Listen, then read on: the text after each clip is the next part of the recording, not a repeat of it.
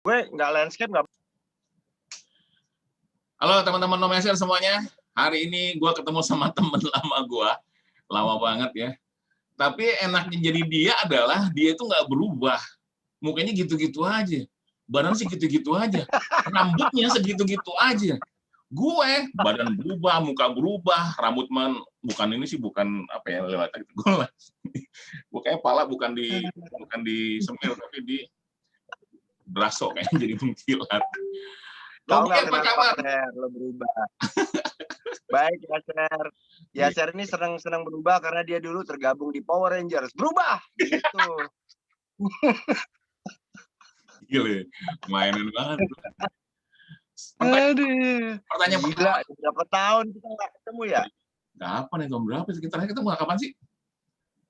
Masih Pasar Raya? Terakhir Pasar Raya, gue sempet ke Haji Peng. Sempat ya? Bentar. Iya. Terus nggak lanjut ya? Tahun 2000 lah terakhir ya. 2000 ya, bener. Gila loh. Yaser Fikri.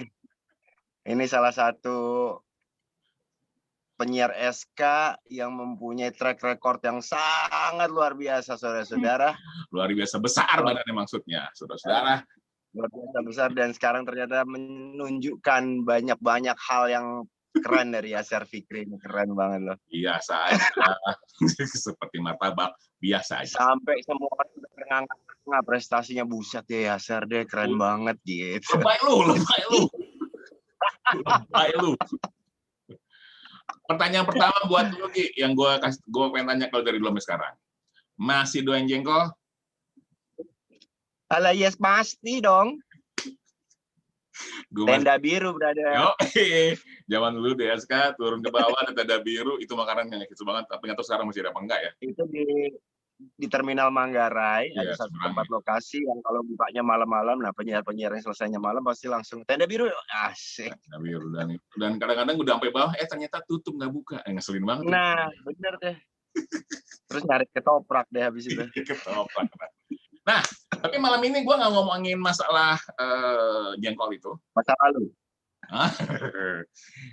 Karena Nugi ini punya hobi yang unik. Orang-orang belum sepedaan, dia udah sepedaan kemana-mana. Sampai pernah lagi keluar dari kampus, tiba-tiba manggil gue, Yaser! Siapa nih? Pakai sepeda, tangan segini, pakai helm, pakai kacamata, pakai tutup gitu. Lupa lo sama gue bilang, ya lupa lah, bukan tutupan semua, gue bilang gimana gue bisa ingat lu gitu. Ternyata dia luar biasa. Terus waktu gue wawancara dokter kandungan, dokter kandungan bilang, ya saya ketemu sama artis, orang gila itu artis. Kenapa dok? Kemana-mana naik sepeda. Dan ternyata tuh artis dokter udah meninggal sekarang, ya dokter kandungan siapa namanya itu? Dokter lo tuh dulu tuh. Iya. Karena gue yang di Asih ya. Ya betul, dan gue wawancara dia dan dia bilang gitu, luar biasa. Nah, gue nggak ngomong itu juga. Reputasi gue kenapa jadi orang gila? Kata dia, lu bukan kata gue loh. Kalau marahin dia aja. Udah meninggal orangnya. Kalau marahin kalau berani. Aduh, Fatihah deh mas. Nah, yang kedua yang gue mau tanya ke lu, Gi, hobi keluar masuk hutan. Nah, gue agak bingung nih, sementara gue kan ditanya kapan, lu suka naik gunung nggak sih? Gue bilang kalau gunungnya ada eskalatornya gue naik tuh, ada liftnya gue naik tuh. Tapi kalau suruh jalan, oh enggak lah, gila lo. Gue nggak demen. Nggak suka naik gunung. Alam tuh ya biasa aja buat gue, nggak terlalu yang gimana-gimana. Kalau aku mau ke tempat yang bernuansa alam ya paling villa. Tapi kalau hutan kayaknya enggak deh. Maaf gitu. Tapi kenapa sih lo jadi seneng keluar masuk hutan? Kenapa, Gi? Nah, kalau kenapanya mungkin waktu gue mulai pertama kali belajar soal yang namanya konservasi, SK Merok udah mulai nggak ketemuan sama lu nih waktu itu. Kita udah keluar dari SK, jadi tahun 98. Nah, ini tuh Ser. 97 akhir lah. Itu kan zaman-zaman gue udah nggak, kita mau pindah kan dari Manggarai kan, gue juga mau keluar dari SK, radio SK. Di situ gue berkenalan dengan WWF Indonesia. Oke. Waktu itu WWF itu masih jadi Indonesia program, bukan WWF yang mandiri di Indonesia, tapi WWF yang jadi programnya WWF pusat di Amerika, di Swiss, terus bikin namanya Indonesia Program. Nah, disitulah gue kenalan dengan mereka karena mereka tertarik dengan hal-hal yang gue ceritakan di album solo gue di Bumi Air Udara itu. Dan ternyata apa yang gue ceritakan itu memper tuh sama dengan perjuangan dan konservasi dan juga visi dan misi dari WWF. Di situ gue kenalan lah dengan yang namanya terestrial, program marine, program urban, program spesies, yang menurut gue semuanya adalah hal yang sangat luar biasa. Ternyata di Indonesia ini ada orang yang sebegitu concern sama apa yang kita punya, yang bahkan kita sebagai orang Indonesia sendiri nggak terlalu ngeh tentang hal-hal itu tadinya. Disitulah gue mulai belajar apa sih yang terjadi di wilayah-wilayah hutan, lautan, pesisir, terus juga sama spesies-spesies apa aja sih yang ada di Indonesia yang langka dilindungi dan juga yang masih bisa ditangkarkan dan yang mungkin kita kenal dengan domestifikasi dari binatang-binatang piaraan. Dan ternyata itu luar biasa, dan ini buat gue kayak tiba-tiba ceting gitu, kayak wah ini ternyata yang gue pengen dari dulu gitu loh. Padahal kalau secara latar belakang gue bukan orang yang pencinta alam dalam arti ikutan kegiatan-kegiatan pencinta alam. Dari SMA sampai gue kuliah gue nggak pernah.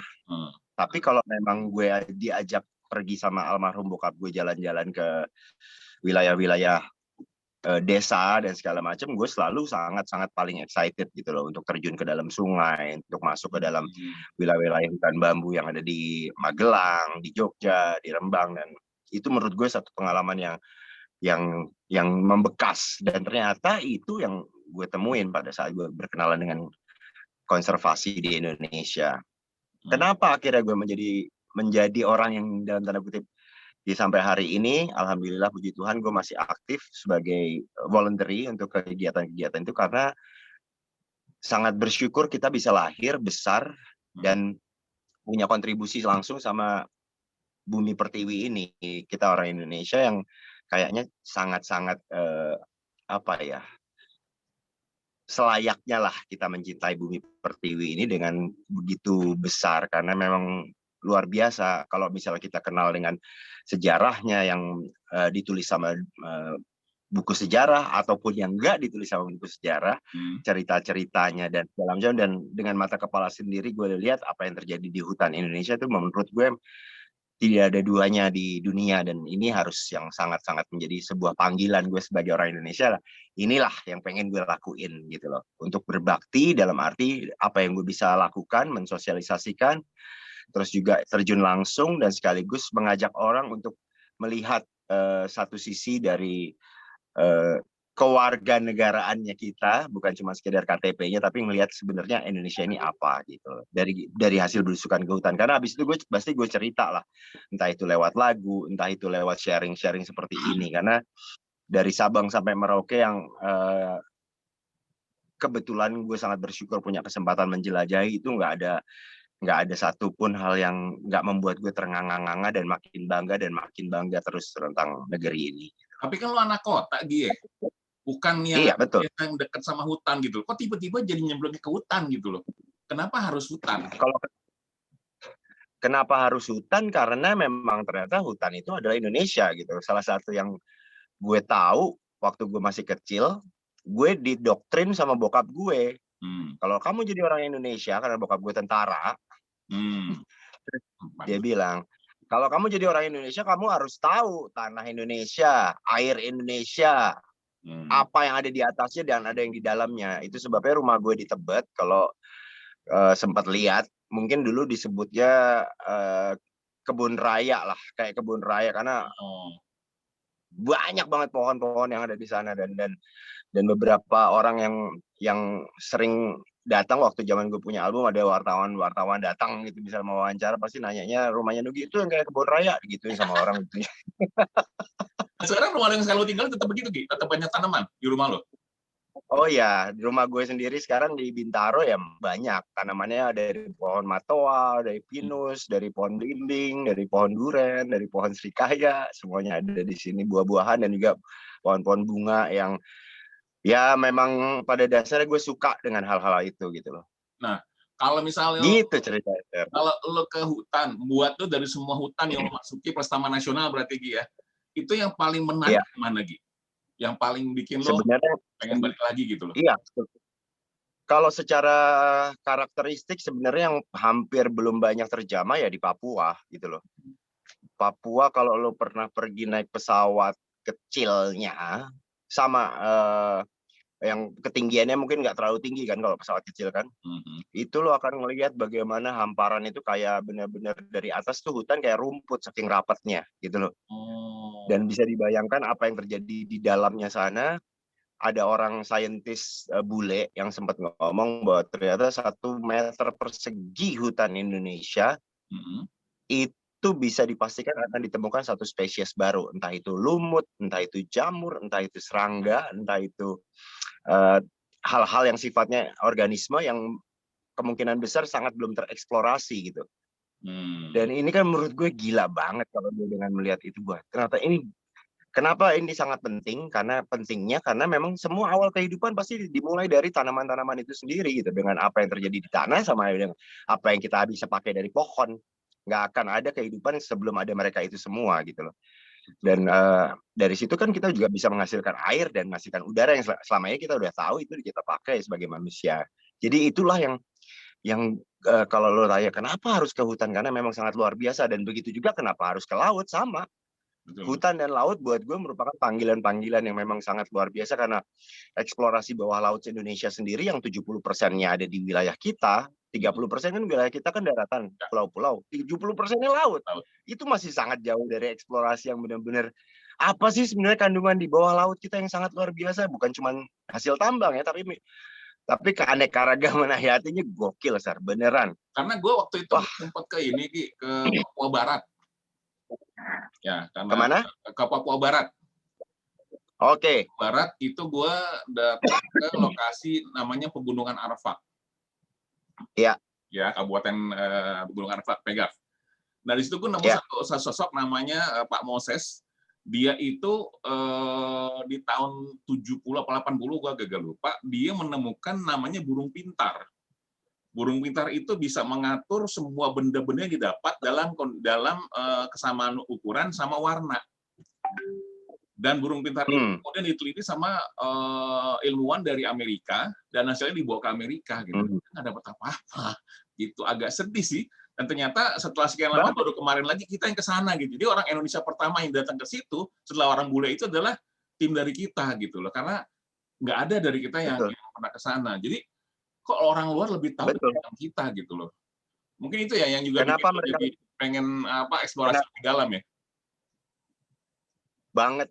Karena baru-baru ini juga, Ser, jujur aja gue juga dapat akses yang sangat luar biasa, berkah lah dari Tuhan, bahwa gue mendokumentasikan, karena kebetulan sekarang gue punya PH yang lebih condong ke arah dokumenter, yaitu namanya Antiga Films. Kita dapat kesempatan, diberikan kepercayaan untuk membuat dokumenter tentang satu spesies anjing yang sangat langka di dunia. Bisa. Dan itu ada di... Ya, anjingnya biasa aja boleh nggak ngomong? Karena gue adalah babon, bukan anjing. Anjing apaan gitu? Ini anjing ini lokasi habitatnya ada di puncak Jayawijaya. Waduh. Berarti tuh anjing bisa bayangin kan? Tahan dingin dong dia. Luar biasa. Bukan cuma tahan dingin. Di daerah puncak Jayawijaya itu kan vegetasinya sangat kurang. Terus apa namanya juga daerahnya berbatu dan cuacanya juga ekstrim dingin. Tapi di sana ada satu spesies yang ternyata menurut akhirnya gue kerjasama kan sama bule-bule yang udah melakukan ekspedisi tentang anjing-anjing liar yang ada di dunia ini. Dan mereka berkesimpulan sementara, ini kebetulan dari tahun 2017 kemarin gue perginya. Dan rencananya mau lanjut lagi ini untuk mendokumentasikan kegiatan masyarakat di sana dengan habitat anjing ini yang namanya dipanggilnya sebagai singing dog. Karena anjing itu nggak pernah gonggong, tapi nyanyi kayak nyanyi, ya. Dan ini kalau ngajakin bikin album bareng. Hah? Kalau ngajakin bikin album bareng sama dia. Pengen. Cuman deketin.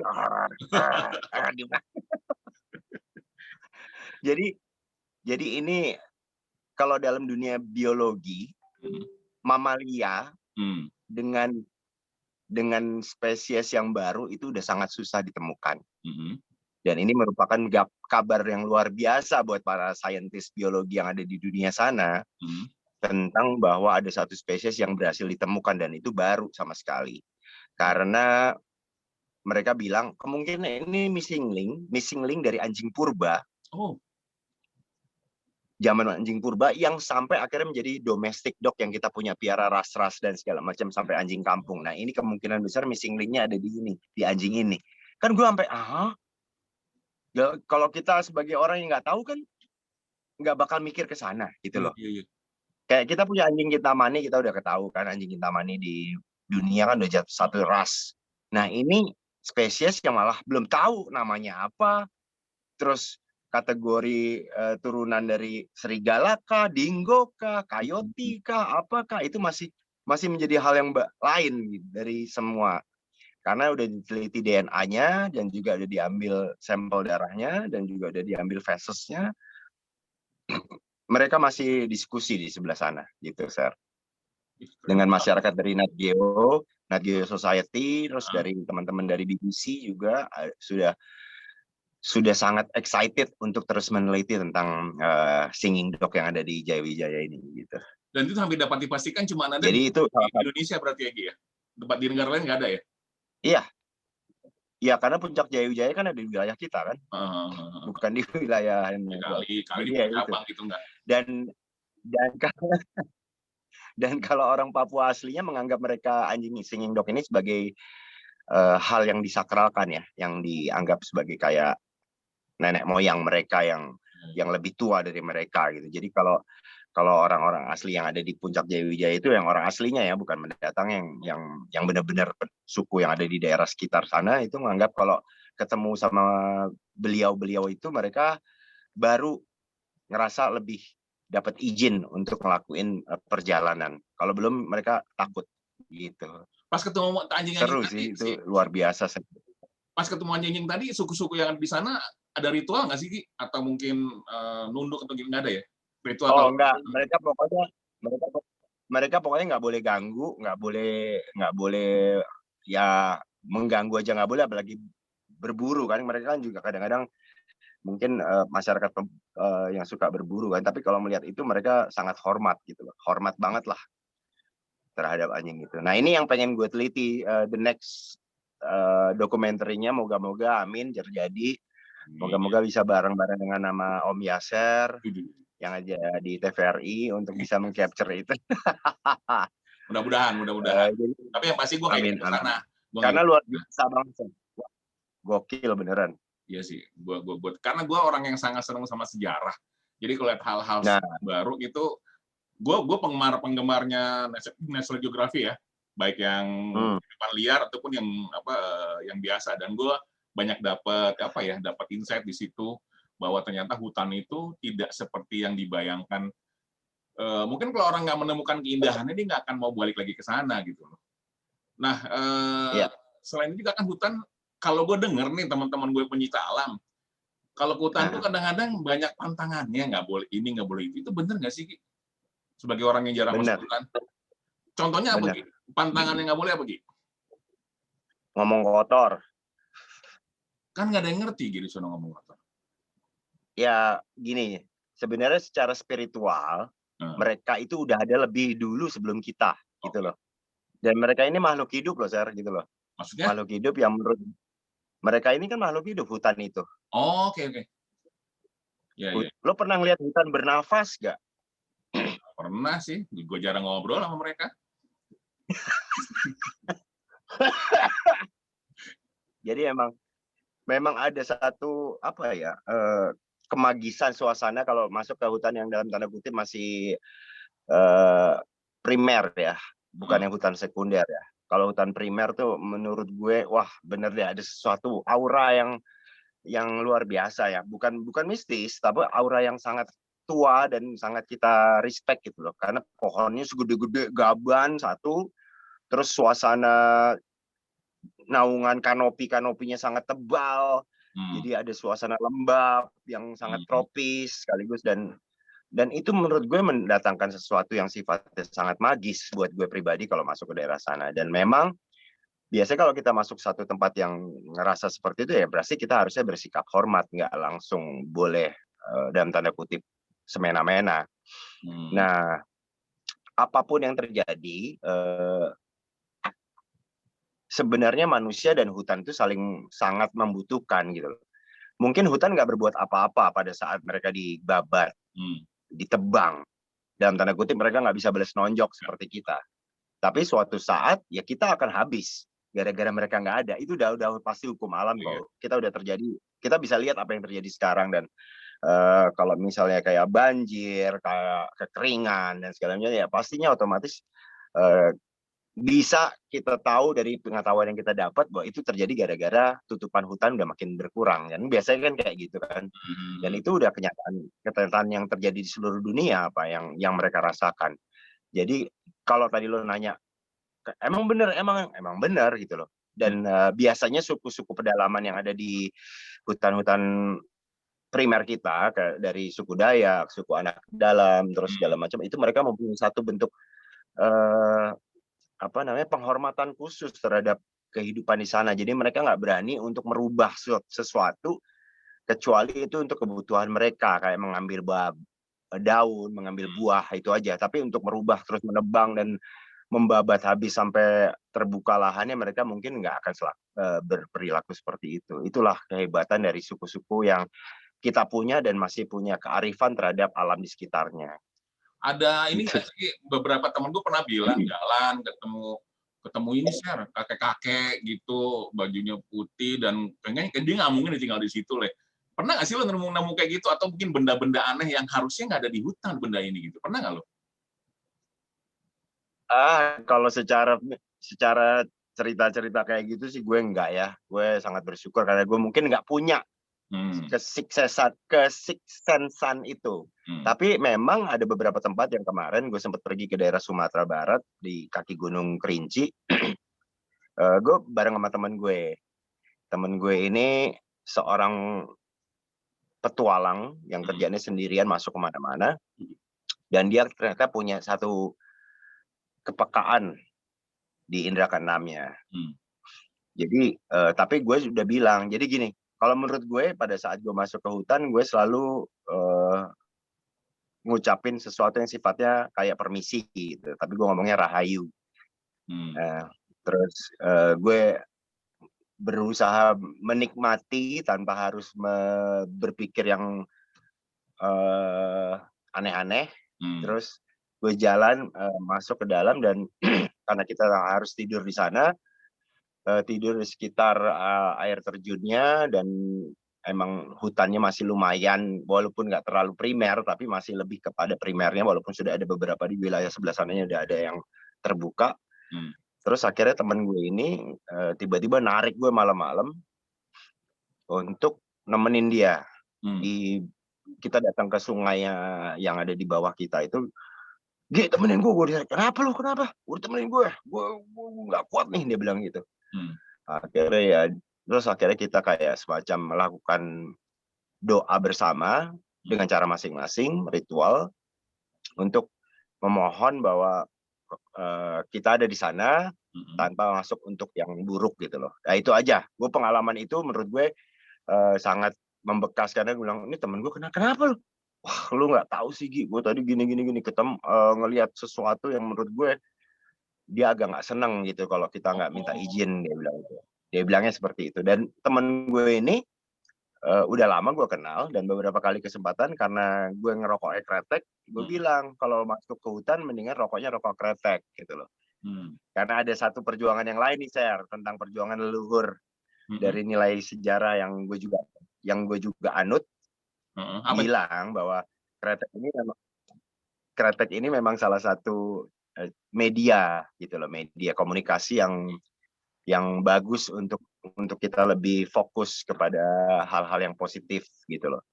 Jadi pada saat itu gue bilang, dia waktu itu ngerokoknya masih rokok yang bule-bulean gitu, bukan kretek, dan gue udah kasih tahu lo kalau masuk itu pakai rokok kretek, akhirnya nggak mau, akhirnya dia masuk terus celingak-celinguk karena dia udah punya indera keenam, tapi dia kayak nggak mau apa ya, nggak mau ngerespon gitu tentang apa yang dia punya, sampai akhirnya dia keluar dari sana terus kayak kecekek gitu, kecekek terus nggak bisa napas, terus kayak orang bertahap tapi nggak bisa berhenti-berhenti.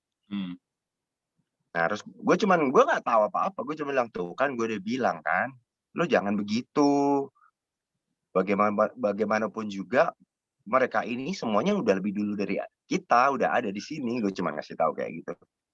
Dan akhirnya gue selalu kemana-mana bawa tumbler isinya kopi pahit kan sama kretek. Ya udah gue kasih minum itu, sama gue suruh rokok kretek, baru dia reda. Dan akhirnya sekarang temen gue yang suka berpetualang sendiri kemana-mana itu udah berubah jadi kretekers Indonesia. Berarti lo bawanya kopi hitam pahit, rokoknya rokok kretek. Harus. Ya, fix lo dukun berarti, bukan petualang kalau gitu. Nah itu dia orang-orang pasti mikirnya ke arah dukun, padahal sebenarnya itulah yang terjadi pada saat semua hal-hal yang sifatnya Indonesiawi gitu loh, Indonesiawi. Karena Indonesiawi ya kenapa ngomong rokok, tembakau dan kretek dan cengkeh, itu udah nggak ada di tempat lain gitu. Nah kalau benda-benda aneh pernah lo ketemu nggak sih? Karena gini Gi, gue sempat nonton salah satu serinya National Geographic dan mereka sempat mempertanyakan Candi Borobudur. Karena yang dibilang Candi Borobudur itu terlalu sempurna untuk diproduksi di masa itu. Jadi pilihan antara memang antara makhluk udah ngomong ke arah sana baik-baik lo. Kenapa? Kenapa? Lo udah mulai ngomong ke arah sana sih baik-baik lo. Maksudnya apa nih? Lu bikin gue deg-degan lu, Gi. Baik-baik, karena memang itu salah satu perjuangan gue. Jadi gini, Sir. Dari semua sejarah di dunia ini, yang masih sangat tidak terpetakan tuh sejarah di negeri ini, di Indonesia yang kita kenal. Merinding gue. Terus. Iya, benar. Karena apa? Karena penulisannya sejarah itu sangat-sangat segmented. Dalam arti segmented, siapa yang nulis dong pastinya. Ya, betul. Semua sejarah yang menuliskan tentang Indonesia kebanyakan yang lampau-lampau, ya, itu semuanya orang dari luar sana. Kenapa bukan dari sini? Karena memang pada saat keluhuran nenek moyang kita yang luar biasa itu nggak pernah mempunyai satu strategi untuk penulisan. Semuanya dituturkan, dilanggamkan, diajarkan langsung. Sistem sekolah yang kita pakai sekarang kan juga diturunkan dari orang-orang sana gitu.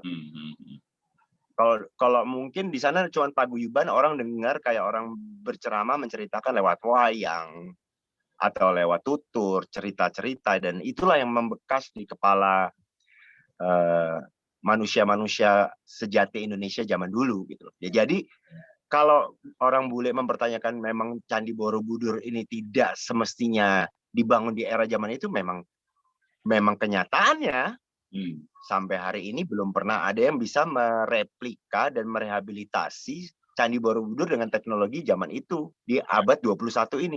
Gitu. Itu kan kenyataan. Artinya apa? Bahwa memang benar bahwa ada sesuatu yang belum kita tahu sama sekali tentang bangsa yang luar biasa ini, Indonesia Raya ini. Kalau gue manggilnya, nih, bentar gue ambilin. Buset tuh. Apaan tuh? Saking semangatnya tuh sih. Sampai berjatuhan. Sampai goyang-goyang tuh. Saking, ini namanya ini, Sir. Kalau buat gue, panggilan bangsa ini adalah, apa tuh? Bisa baca gak? Nuswantarian. Nuswantarian tuh orangnya. Oke. Nah, kalau Nuswantara itu gue. Oh, itu apa maknanya? Sebuah negeri. Sebenarnya kalau di orang Jawa mungkin lebih pernah dengar Nuswantoro gitu kan. Pernah dengar, nama teman gue itu. Ya, terus kemudian jadi Nusantara ya sekarang kan. Ya berhubungan dengan itu bahwa Nuswantoro ini sebuah wilayah di Arcapada ini yang sangat luar biasa dan mempunyai kedekatan yang sangat apa ya, hakiki lah sifatnya sama Yang Maha Kuasa itu. Jadi wah gila, gue bagian dari negeri ini. Itu panggilan yang ternyata sangat erat hubungannya sama perjuangan gue di lingkungan hidup gitu. Karena gue bertemu dengan berbagai macam keajaiban dari wilayah-wilayah itu di seluruh Indonesia gitu. Nah, lu menemukan ini nggak sih? Gue kemarin tuh ke Banda, ke Maluku, ada menemukan satu benteng. Tuh, lo udah ke Banda, lo gokil, keren. Nah, Banda terus daerah kelahirannya bokap nyokap gue. Nah, kemarin pas suruh bikin trip, Pak Yaser mau bikin trip kemana? Gue bilang Banda aja deh. Masuk, gue ikut langsung. Sekarang pulang kampung. Lo belum pernah sana? Belum. Wih, ntar kapan-kapan kita bikin acara, kita kesana, kita bareng. Nah, gini, ada ketemu benteng cuma sepotong gitu loh. Lu pernah nggak sih menemukan di dalam hutan ada candi yang cuma sepotong, gitu, cuma gerbangnya doang, atau mungkin ada tumpukan bata yang bisa disinyalir ini adalah pernah jadi tempat tinggal orang. Pernah nggak sih di tengah hutan? Iya, kemarin ada waktu perjalanan gue yaitu tadi di gunung salah satu kaki gunung Kerinci yang ada di daerah Sumatera Barat. Ya di sana tiba-tiba ada satu batu yang di jalan setapak ke dalam hutan itu ditemukan, memang ada satu batu yang dianggap ini petilasan.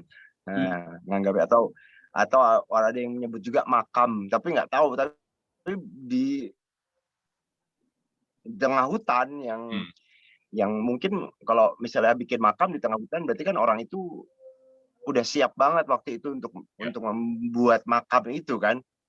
Tapi nggak tahu juga, bentuknya batu panjang terus ya bentuk begitulah, bentuk kayak makam, tapi nggak tahu itu makamnya siapa. Tapi itu dianggap menjadi sebuah hal yang sangat disakralkan karena memang ada di tengah-tengah hutan dan nggak jelas juga kenapa ada makam ini gitu. Dianggap itu salah satu sesepuhnya.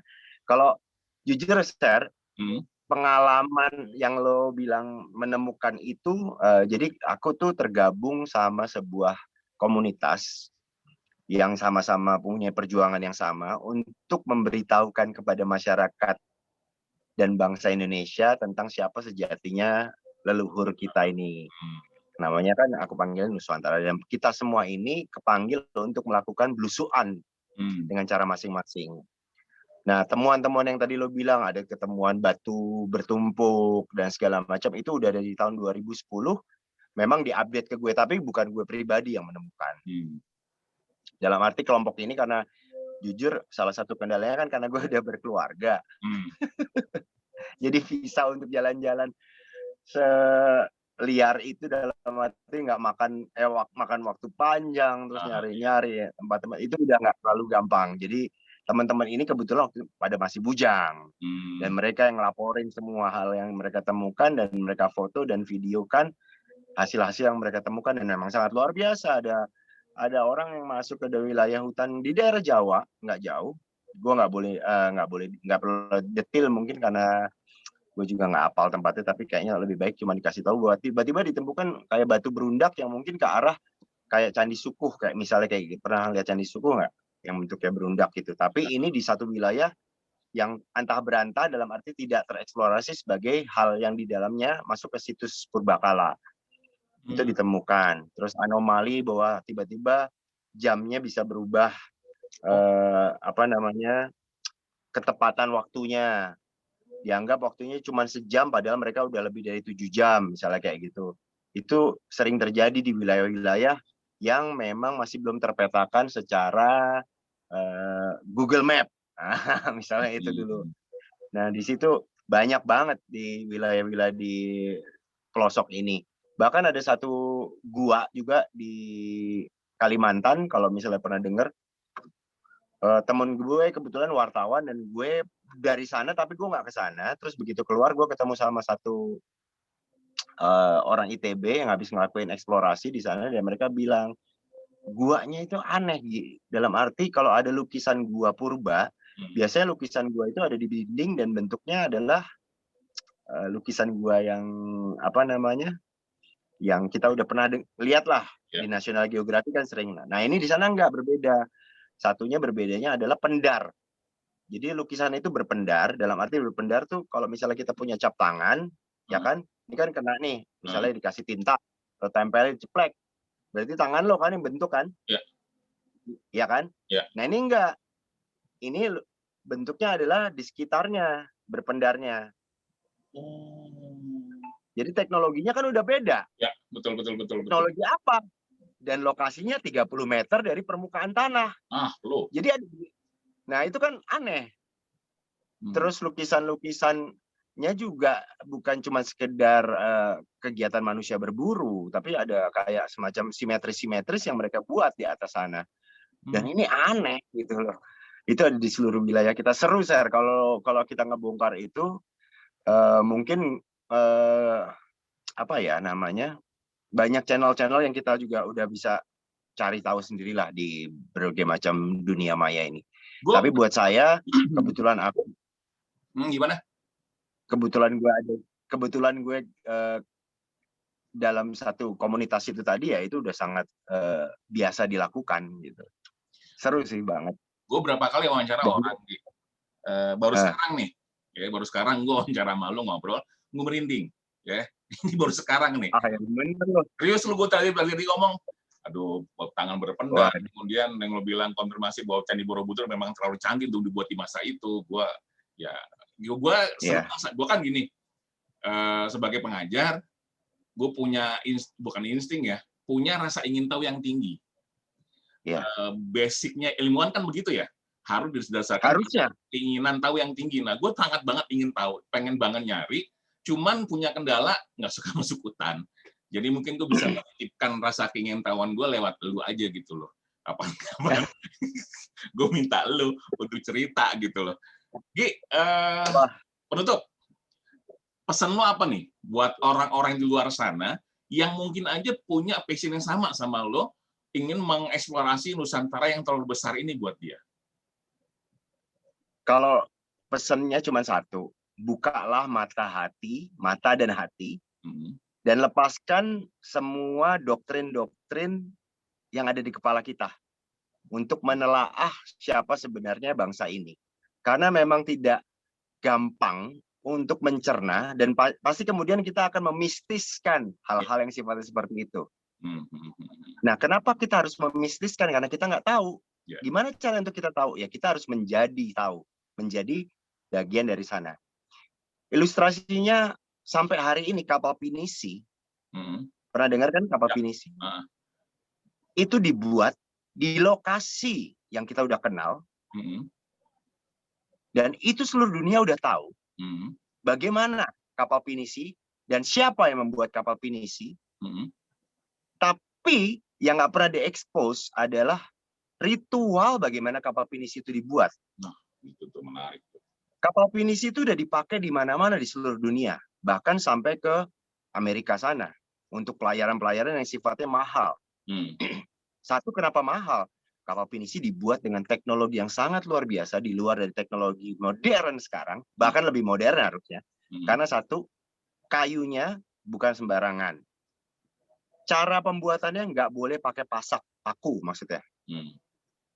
Pembuatnya orang tertentu. Dan ini, jadi aku punya ponakan yang juga akhirnya ketularan dan suka ikutan gue, dan akhirnya kemarin dia sempat pergi ke sana tapi gue nggak bisa ikut, dan dia menyaksikan sendiri testimoni dari orang yang beli. Yang beli adalah orang Surabaya. Dengan harga kapal pinisi itu range-nya 5 miliar sampai ke 20 miliar yang gede. Dia bilang, saya udah beli 3, ini saya mau beli lagi karena udah harus punya buat pelesir, apa sih? Wisata. Ya gitulah. Pelayarannya. Ya, kapal wisata, pelayaran wisata. Oh gitu Pak. Tapi saya nggak pengen nih, sekarang pengen tahu pada saat kapal saya minta lagi mau jadi, saya nungguin aja terus di sini. Terus kenapa Pak? Kok nungguin di sini? Kenapa? Saya pengen lihat prosesnya mereka dilarung ke lautnya. Oh, emang kenapa dilarung ke laut? Jadi kapal pinisi itu dibuat nggak dekat dengan pantai ya, Sir. Astaga. Iya. Jadi kalau kita ngelihat kapal yang ada di galangan kapal di luar negeri kan, kamu pernah lihat kan? Ya. Yang dipakai champagne, jeder, terus kapalnya langsung jatuh ke air gitu kan. Nah, kalau ini enggak, jauh dari pantai, dalam arti jauh, dan kapal itu ada di galangan, dalam arti tempat pembuatannya, yang wilayahnya daratan. Terus bagaimana caranya? Menurut orang Surabaya yang didengar sama ponakan gue itu, dia cerita, jadi nanti Dek, kapal itu bukan digeret ke laut. Oh, bukan digeret? Ya nggak mungkin digeret, jauh banget. Jadi gimana Pak? Jadi gimana? Air lautnya dipanggil naik. Aduh. Wah, beneran. Dan ponakan lo lihat ritual itu terjadi. Air laut Oh enggak, dia dikasih tahu orang Surabaya ini. Orang Surabaya ini kan pembeli kapalnya. Ya. Jadi dia udah 3 kali dan dia harus ngelihat yang ini, dia bilang gitu. Karena saya pengen sekali ngikutin ritual itu luar biasa. Jadi yang tadi gue bilang, pembuatannya orangnya pilihan, nggak boleh orang sembarangan, dan terus juga mempunyai kayu-kayu pilihan dari pohon-pohon yang sudah ditunjuk. Jadi ini kan teknologi. Kenapa harus pohon pilihan? Karena pohon ini udah misalnya sudah dirawat, demikian pula. Pohonnya kan bukan pohon sembarangan, bukan pohon kebun yang ditanam. Jadi makanya itu salah satu kenyataan fakta teknologi leluhur kita yang sudah dikenal. Dan baru-baru ini juga gue dapat informasi bahwa ternyata ilmu pelayaran dunia ini itu banyak banget yang kita nggak pernah secara logika menanyakan, kok orang misalnya nih, dataran Cina bisa tahu tentang ilmu pelayaran, misalnya. Terus di daerah Timur Tengah kok bisa tahu tentang pelayaran, padahal semuanya adalah daerah yang sifatnya benua, yang tidak kenal dengan daerah perairan. Jadi yang memperkenalkan itu ternyata leluhur kita yang sudah lebih dulu dengan kapal-kapal namanya Jung. Jung itu kapalnya gede-gede banget di luar dugaan manusia zaman waktu itu. Jadi ini menurut gue, yuk kita sama-sama membuka mata, hati, dan melepaskan doktrin untuk melihat kenyataan-kenyataan bahwa Indonesia ini sangat luar biasa dari berbagai segi. Jangan dikucilkan dengan, sorry to say, statistik, data, dengan perbandingan dari dunia barat sana. Karena kita akan kehilangan nantinya. Mereka lebih dulu masuk dan mengambil itu semua dan kemudian diakuisisi oleh mereka, dan itu loh yang makanya aku sangat-sangat terpanggil untuk terus menyuarakan lewat lingkungan hidup dan lewat cerita-cerita yang berhubungan dengan kebudayaan dan sekaligus dengan lingkungan hidup ini gitu. Dan gue thank you banget lo nanya ini tadi, karena memang hampir dipastikan kita nggak pernah belajar tentang siapa sebenarnya leluhur kita lewat kurikulum kita, bener nggak, Sir? Setuju gue. Anak gue aja nggak tahu bagaimana, pokoknya cuman Wangsa Sailendra yang bangun Borobudur, ya kan, dengan ditemukan di tahun 17 sekian, dan itu menurut gue kok cuma sampai di situ ya, gitu loh. Padahal banyak lagi yang bisa dieksplor dari situ. Banyak banget yang bisa diekspos. Kenapa Hindu kita sangat berbeda dengan Hindu yang di India? Itu aja kita harus terus bertanya, questioning. Kenapa dari setiap suku mempunyai aliran-aliran dalam tanda kutip kepercayaan yang berbeda, tapi menuju ke satu hal yang sama? Siapa yang ngajarin? Gitu loh. Karena mau itu ke Haringan, terus mau itu ke Oyiwitan, mau itu ke Jawen, mau itu yang ada di Papua, namanya gue lupa apa di sana, mereka sama. Mereka juga memakai kemenyan, memakai juga ritual, dan itu dilakukan tanpa, dalam tanda kutip, kalau diukur zaman-zaman sekarang kan teknologinya nggak ada waktu itu, ya kan? Yang ngasih tahu datang ke sana, lo bisa bayangin teknologi zaman dulu katanya orang harus jalan kaki, menembus hutan, itu di tengah hutan loh. Terus siapa yang ngajarin ke sana gitu? Untuk mereka mempunyai satu dan kemiripan dan hal-hal yang dilakukan dari masing-masing pulau-pulau luar biasa kita di Indonesia. Itu keren. Explore Indonesia. Keren, gue salut sama lu, Gi. Terus terang, Gi, gue setelah ngobrol memang makin Ya ada yang gue akhirnya ada omongan pertanyaan gue yang terkonfirmasi sama lu tadi bahwa benar seperti itu, benar. Berarti kitanya yang nggak mau ngebuka sebenarnya. Tinggal kita tunggu teman-teman semuanya masuk gue mungkin akan berjuang dalam sisi yang lain kali ya. Ada yang bisa terjun, ada yang enggak. Kalau gue kayaknya untuk ke hutan, maaf enggak. Gue nggak akan sanggup. Nggak apa-apa. Gitu. Kecuali kalau di sana ada eskalator. Tapi jangan mau naik. Tadi kata-kata lo sebagai ilmuwan, lo harusnya mempunyai keinginan tahuan yang lebih. Nah, itu udah salah satu awal udah modal untuk lo gali lebih lanjut. Karena lo ilmuwan, ya gue seniman misalnya. Seniman berarti haus akan terus berkarya dalam seni. Ilmu juga ilmuwan, orang yang haus terus terhadap ilmunya gitu. Jadi jangan berhenti pada doktrin-doktrin, teori-teori yang ada di dunia sana gitu. Karena ternyata banyak hal yang belum bisa dipetakan. Yang tadi gue bilang salah satu buktinya adalah anjing itu tadi. Kita nggak tahu apa-apa dan mereka semua sampai ternganga-nganga. Itu ada di depan mata orang Papua yang sudah lama dan kita nggak pernah ngeh. Ini apa kalau kita nggak dikasih tahu? Ini luar biasa. Nah itu kan aneh kan? Gitu loh. Kayak Borobudur di depan mata. Ini luar biasa nih, nggak pernah ada di dunia manapun gitu. Tuh, hanya kita yang punya. Jadi sama-sama kita harus bangga dan terus melestarikan warisan-warisan leluhur nenek moyang Nuswantara. Rahayu. Kasih. Thank you, Nugi. Thank you, Pak Yaser.